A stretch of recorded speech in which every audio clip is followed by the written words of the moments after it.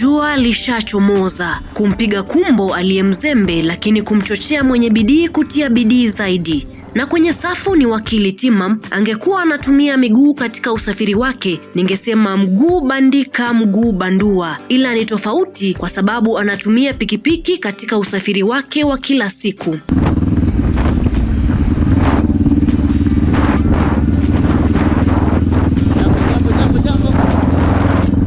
Pikipiki hii pia anaitumia katika mashindano ya uendeshaji pikipiki. My name is Kennedy Koome Marete. Abdul Wakil Koome Marete. I am a lawyer by profession. I am a motorcycle enthusiast, adventure rider, racer, and a member of the Kenyan biker community. I also do motorcycle racing. I started racing in 2018. I was able to win the Kenya National Championship in 2018 for the Superbike, Superbike Sport 300cc category. And then in 2019 there were three national championships running at the same time. One was the East African Superbike Championship, which was running under the TSA body. I won that championship. There was another one running under the Moto champ under the Road Warriors motorcycle community. I also won that championship. And then there was the Kenya National Superbike Championship by the Motorcycle Sports Federation of Kenya. I also won that championship. That makes me one of the only two people in the country who have up to this point won all three national championships at the same time. Of course, the other one being the boy everybody knows by name, Evanson Mwangi, aka Acid Boy. Wakati huu akiona fahari ya kuendesha pikipiki, Wakili Timam hakujua pikipiki hii yenyewe ingemsababishia ajali na kuhatarisha maisha yake.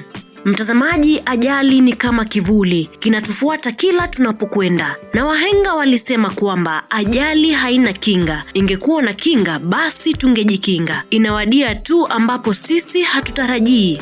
Utepetevu wa kutokuwa makini barabarani ulisababisha mkasa, ikawa tukio ambayo ilimfungulia ukurasa wa simanzi. Eneo hili ni Waruku, pande za Kangemi, Nairobi. Nimemtembelea gwiji huyu baada ya kuhusika katika ajali mbaya barabarani. Ilichukua muda wa sekunde kadhaa kama anavyosema, ila matokeo yake yanaweza kuwa ni ya milele. It took me like a couple of months to even comfortably speak about the accident without feeling the urge to cry or break down. In 17th of October 2021, I was involved in a head-on collision on top of the bridge at Forest Road with someone who was, I don't know if he was drunk, or actually my friends say he was drunk, I don't remember that part.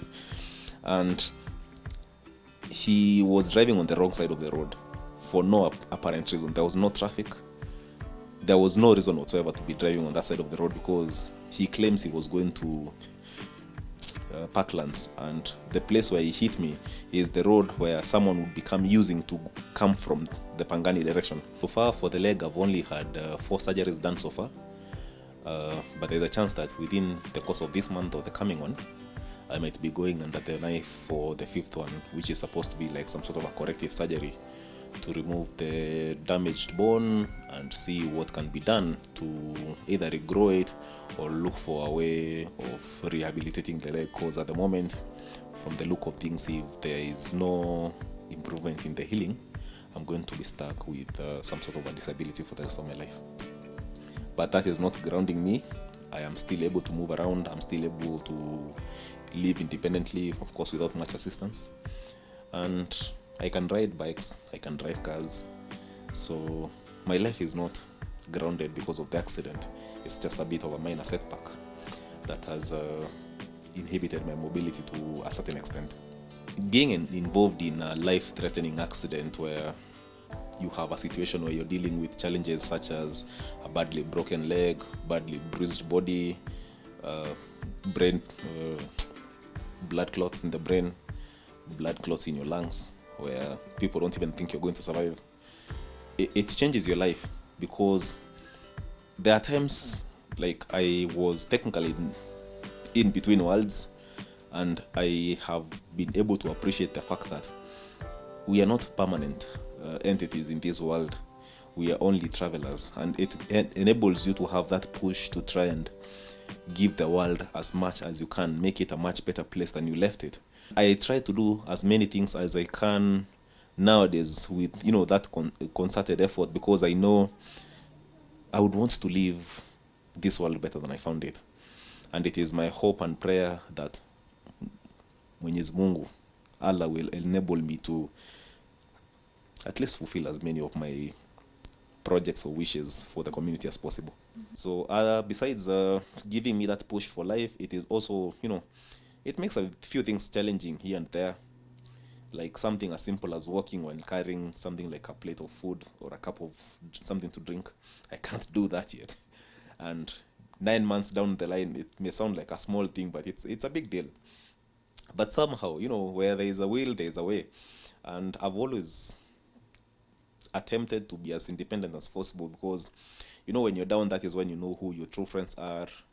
You get to experience, that void that is left by people who are hanging out around you for, to try and see what they can make out of your friendship. They will disappear one by one, and then you learn the value of independence. And my bike was damaged extensively because he knocked it and ran over it. And if I had not managed to leave that bike when that collision happened, I would not have been here today. I thank God for the gift of life.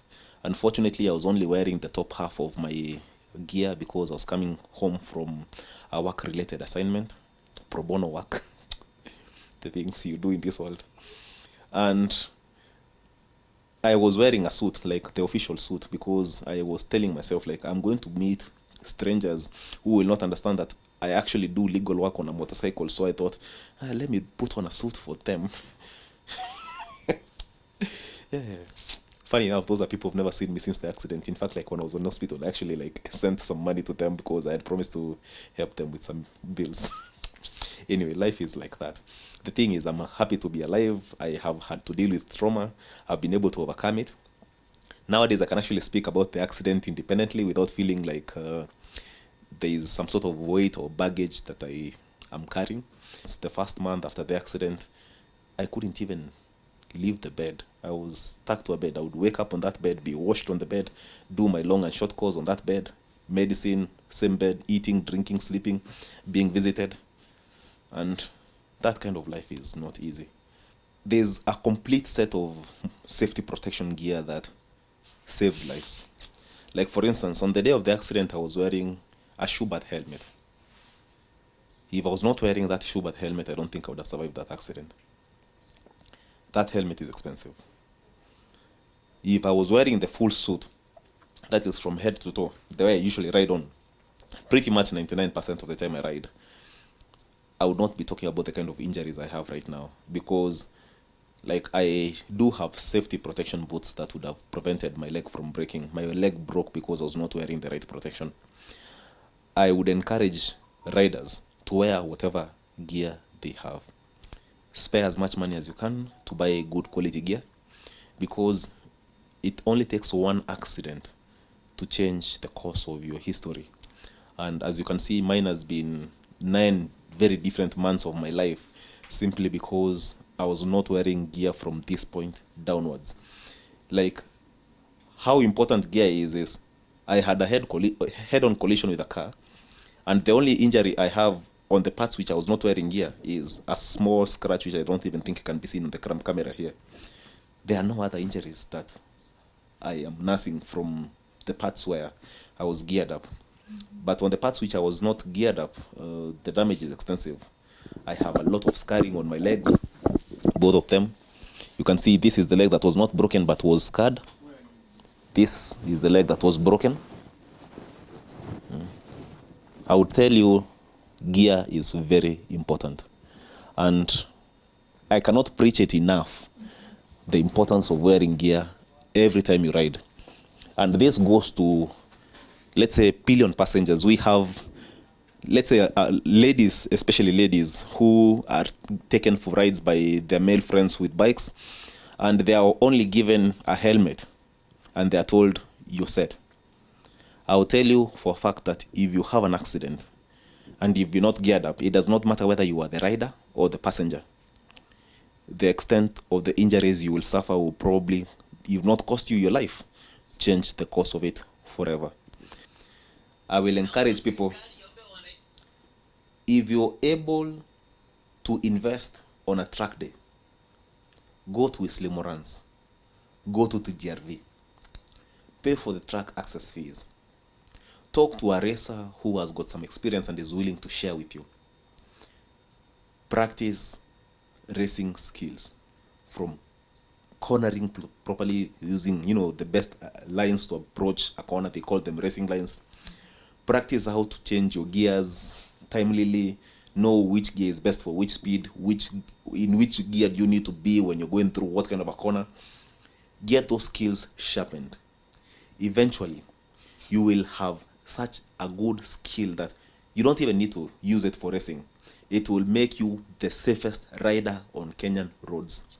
You'll be encountering life-threatening experiences or encounters, such as someone swerving into your lane, things happening within the flash of an eyelid, but you'll be able to react so well, and that reaction that you'll be able to hone from practicing racing skills is going to change your life. Let us embrace track riding, not for competition. You can compete if you want, but so that we can increase our speed, our skill levels, and it will enhance safety in Kenya. Had it not been for my racing experience, I would not have been able to make that split-second decision to jump off my bike, knowing very well, like, once I'm off the bike, I don't have anything to, control. It is me and Mwenyezi Mungu. Racing enables your mind to be sharper. It enables you to make quicker split-second decisions, and they will improve your riding experience. You will enjoy even riding on normal roads much more, because if it rains, you're not worried about it. If you get into places with corners, you're not worried about it. If you get to places with a lot of traffic, with a lot of things crossing the road, like pedestrians, animals, etc., you have the skill set to be able to handle it safely. You can reduce accidents on Kenyan roads that are related to motorcycles exponentially by embracing track riding experiences. Tafadhali tuende track, tujifunze kuride bikes poa.